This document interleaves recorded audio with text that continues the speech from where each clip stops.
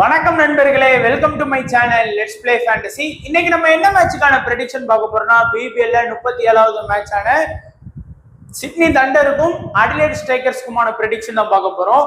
நீங்க நம்மளுடைய டெலிகிராம் சேனல்ல ஜாயின் பண்ணல அப்படின்னா மறக்காம ஜாயின் பண்ணிக்கோங்க. முக்கியமான அப்டேட் பிளஸ் ஃபைனல் டைம் எல்லாமே நம்ம டெலிகிராம் சேனல்ல ஃப்ரீயா கொடுத்துட்டு இருக்கோம். அதே மாதிரி நீங்க இன்னமும் ஸ்போர்ட்ஸ் ஆப்ல ஜாயின் பண்ணல அப்படின்னா ஜாயின் பண்ணிக்கோங்க. உங்களுக்கு ஸ்மால் லீக் பிளே பண்றதுக்கு ரொம்பவே பெஸ்டா இருக்கும். அதே போல பிக் ஒன் பிளேயர் அப்படிங்கிற ஒரு ஆப்ஷன் இருக்கு, one player fantasy option. So இதுக்கான டீம்ஸ் நம்ம வந்து சேனல்ல கொடுத்துட்டு இருக்கோம். ஸோ அதுலயும் வின்னிங் எல்லாமே போட்டுட்டு இருக்கோம். ஸோ மறக்காம ஸ்போர்ட்ஸ் ஆப்ல ஜாயின் பண்ணிக்கோங்க. இன்னைக்கு மேட்ச் வந்து பாத்தீங்க அப்படின்னா கேன்பிரால தான் இந்த மேட்ச் வந்து நடக்கு. ஸோ இந்த கிரவுண்டை பொறுத்த வரைக்கும் பாத்தீங்கன்னா எக்ஸ்ட்ரா அட்வான்டேஜ் வந்து பாத்தீங்க அப்படின்னா அதாவது பேட்ஸ்மேனுக்கு இருக்கு. ஸோ ஃபாஸ்ட் பவுலருக்கு ஈக்குவலா பாத்தீங்கன்னா இந்த கிரவுண்ட்ல வந்து பாத்தீங்கன்னா ஸ்பின்னர்ஸுக்கும் ஓரளவுக்கு வந்து பாத்தீங்கன்னா டான்ஸ் இருக்கு அப்படிங்கிறாங்க. ஆவரேஜான ஸ்கோரர் 160 இருந்து 180க்குள்ள வரும் அப்படின்னு சொல்லியிருக்காங்க. இந்த பிபிஎல் சீசன்ல இந்த பர்டிகுலர் பிட்ச்ல வந்து பார்த்தோம்னா ஒரே ஒரு மேட்ச் தான் நடந்திருக்கு. பிரிஸ்பரின் ஹீட்டுக்கும் சிட்னி தண்டருக்குமான மேட்ச். ஸ்கோர் வந்து பாத்தீங்க அப்படின்னா ஹீட் வந்து 151 ஸ்கோர் பண்ணாங்க, சிட்னி தண்டர் வந்து 131 தான் ஸ்கோர் பண்ணாங்க. 20 ரன் வித்தியாசத்துல பிரிஸ்பரின் ஹீட் வின் பண்ணாங்க. ஃபாஸ்ட் 10 விக்கெட், ஸ்பின்னர் வந்து 7 விக்கெட். இந்த மேட்ச்ல வந்து பாத்தீங்க அப்படின்னா மேன் ஆஃப் த மேட்ச் கூட ஸ்பின்னர் தான் வாங்கினாரு. ஏன்னா ஸ்பின் வந்து பயங்கரமா சப்போர்ட் பண்ணிச்சு இந்த பர்டிகுலர் மேட்ச்ல. மேபி இந்த மேட்சுமே சப்போர்ட் பண்ணலாம். ஸோ ரெக்கார்ட் வைஸா பார்க்கும்போது ஒரு மேட்ச், அதுவும் பேட்டிங் பெஸ்ட். ஸ்கோர் வைஸா 0 to 150க்குள்ள ஒரு இன்னிங்ஸ், 169க்குள்ள ஒரு innings, high score 151, low score 131. So இப்போ வந்து நம்ம வந்து ப்ரெடிக்ஷன் பார்த்துடலாம். ஸோ ப்ரெடிக்ஷன் பார்த்தோம் அப்படின்னா சிட்னி தண்டர். ஸோ சிட்னி தண்டரை பொறுத்த வரைக்கும் அலெக்ஸ் கேல்ஸ், டேவிட் வார்னர், பேண்ட்ராஃப், ஹோல்கர், அடுத்து வந்து டேவிட்ஸ், சாம்ஸ். ஸோ டாப்ல வந்து பாத்தீங்கன்னா ஒரு 6 பேட்டிங். ஸோ 5 பேட்டிங் லைனப்னு வச்சுக்கலாம். நம்ம இந்த 5ல வந்து பாத்தீங்க அப்படின்னா ரொம்ப அக்ரெசிவா ஆடக்கூடிய பிளேயர் யாருன்னு பாத்தீங்கன்னா அது வந்து அலெக்ஸ் கேல்ஸ் தான். ஸோ அலெக்ஸ் கேல்ஸை பொறுத்த வரைக்கும் வந்தா வருது போனா போகுது அந்த மாதிரி ஆடக்கூடிய பிளேயர். லாஸ்ட் மேட்ச்லாம் பாத்தீங்கன்னா அவர் இருக்கும்போது 4 ஓவருக்கு 44 ரன் அடிச்ச மாதிரி அடிச்சாங்க. அடுத்த 16 ஓவருக்கு தான் வந்து பாத்தீங்கன்னா வெறும் 100 ரன் கூட அவங்களால அடிக்க முடியாது. 100 ரன் தான் அடிச்ச மாதிரி அடிக்கிறாங்க. ஸோ அந்த அளவுக்கு ஒஸ்டா இருந்தாங்க. அதே மாதிரி அதுக்கு முந்தின மேட்சும் வந்து பாத்தீங்கன்னா ஒரு 72 ரன் ஸ்கோர் பண்ணாரு. அதுக்கு முந்தின மேட்ச்ல ஃபிளாப். ஸோ அக்ரெசிவா ஆடக்கூடிய பிளேயர் வந்து எல்லா மேட்சுமே ஸ்கோர் பண்ண முடியாது. ஏதாச்சும் ஒரு 2-3 மேட்ச் வந்து அவங்க ஃபிளாப்பான ரிசல்ட்டும் கொடுக்கலாம்.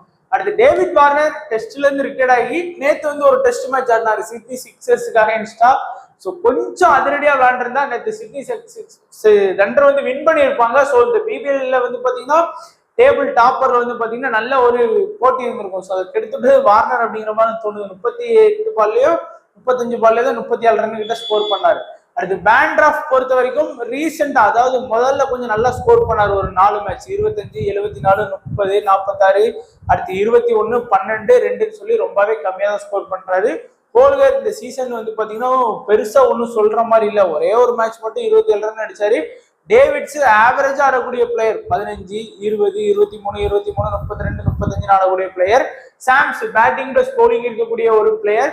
ஸோ 6வது ஆப்ஷன்லேயே பாத்தீங்கன்னா அவங்க சாம்ஸ் வச்சிருக்காங்க. எக்ஸ்ட்ரா ஒரு பேட்டிங் ஆப்ஷனோட வந்திருந்தா கரெக்டா இருந்திருக்கும்னு தோணும். ஆனா சாம்ஸ் வந்து எல்லா மேட்சுமே ஒரு விக்கெட்டு, ஒரு கணிசமான பாயிண்ட் வந்து பாத்தீங்கன்னா எடுத்து கொடுத்துருவாரு.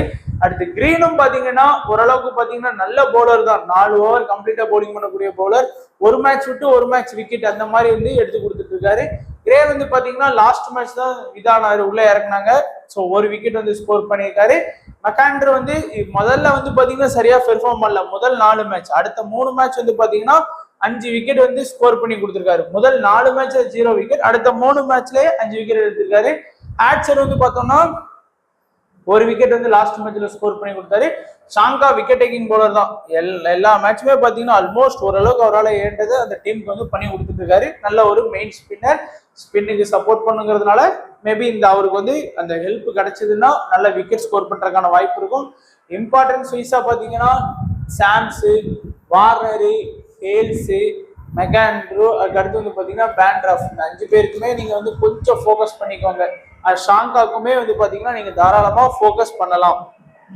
அடுத்து பார்த்தோம்னா அடிலேட். ஸோ அடிலேட்டை பொறுத்த வரைக்கும் ரீசெண்ட் டைம்ஸ்ல லாஸ்ட் ஒரு 4-5 மேட்ச் அவங்க பயங்கரமா ஆடுறாங்க. ரீசெண்ட் பாத்தீங்கன்னா மேத்யூ ஷார்ட், அதுக்கப்புறம் வந்து பாத்தீங்கன்னா ஓவர்டன், அடுத்து டோரங்டன், அடுத்து பாய்ஸ். இந்த 4 பேருமே பாத்தீங்க அப்படின்னா பயங்கரமான ஒரு பெர்ஃபார்மன்ஸ். நீங்க மத்த யாரையுமே பெருசா கம்பேர் பண்ணா எல்லாருமே நல்லா ஆடுறாங்க. பட் ஷாட்லாம் பாத்தீங்கன்னா என்ன மாதிரி பிளேயர் 39, 45, 76, 74, 56, 8, 55, 2 ஒரே ஒரு மேட்ச் மட்டும் தான் 8 ரன்ல எப்படியோ அவுட் ஆகி போயிட்டாரு. அதே மாதிரி ஓவர் டர்னோட கான்ட்ரிபியூட்டும் பயங்கரமா இருக்கு இந்த டீமுக்கு. 2 wicket, 3 wicket, 29 run plus 1 wicket, 19 run 1 run plus 1 wicket. இந்த மேட்ச் மட்டும் தான் அவரும் ஃபிளாப்பான ரிசல்ட் இல்ல. 5 run plus 3 wicket. Last match கூட 2 விக்கெட் வந்து ஸ்கோர் பண்ணி கொடுத்துருக்காரு. அதே மாதிரி டொரண்டன் வந்ததுல இருந்தே பாத்தீங்கன்னா அவங்க டீம் வந்து வின்னிங்லேயே தான் இருக்கு. 2 விக்கெட்டு, 1 விக்கெட்டு, 2 விக்கெட். அதே மாதிரி பாய்ஸும் பாத்தீங்கன்னா லாஸ்ட் ஒரு 3 மேட்சா பாருங்க பயங்கரமா வந்து பாத்தீங்கன்னா பெர்ஃபார்ம் பண்ணிருக்காருங்க. 4 பேருமே ரொம்ப இம்பார்ட்டன்ஸ். அண்ட் நெதர்லாண்டை பொறுத்த வரைக்கும் பாத்தீங்கன்னா முதல்ல வந்து அவர் வந்து அவுட் ஆஃப் ஃபார்ம்ல தான் இருக்காரு. லாஸ்ட் பிபில அவர் சரியா பெர்ஃபார்ம் பண்ணல. இந்த பிபிலும் ஸ்டார்டிங் பெர்ஃபார்ம் பண்ணல. லின்னுக்கு பேர ஆடுறாரு. லாஸ்ட் மேட்ச்ல அவர் தான் வின்னிங் எடுத்து கொடுத்தாரு. ஹோபர்ட்டுக்கு அகைன்ஸ்டா 80 ரன் ஸ்கோர் பண்ணாரு. சரியான அதிரடி. பட் இந்த மேட்ச் என்ன பொறுத்த வரைக்கும் அவர் மேபி ஃபிளாப். ஒரு 25 ரன்னுக்குள்ள அவுட் ஆகிறதுக்கான வாய்ப்பு அதிகமா இருக்கும். ஏன்னா அவர் வந்து பெரிய கரண்ட்ல ஃபார்ம்ல கிடையாது. லாஸ்ட் மேட்ச் எப்படியோ ஸ்கோர் பண்ணிட்டாரு. அதனால எல்லாருமே உங்க ஆப்போனன்ட் ட்ரை பண்றதுக்கான வாய்ப்பு இருக்கு. பட் 25 ரன் பிளஸ் தாண்ட மாட்டாரு நம்புறேன்.